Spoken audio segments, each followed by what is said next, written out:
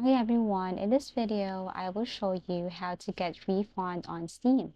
So first you just have to simply log into your Steam. You should have your Steam account, and then here what you're going to do is you have to go to the upper left corner, and then you have to look for Steam.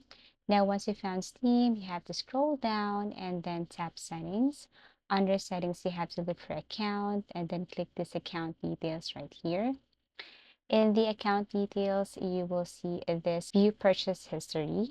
And then here you have to look for your concern. For example, you're looking for a purchase that you want to refund. And then look for that specific game. For example, you want to refund this Left 4 Dead game. And then click this I purchased this by accident. And then I'd like to request a refund. And then after that, what you're going to do next is you have to simply state here the reason why you want to get a refund. Aside from telling that you just click this or purchase this accidentally, you must also be very specific why you need to ask for a refund.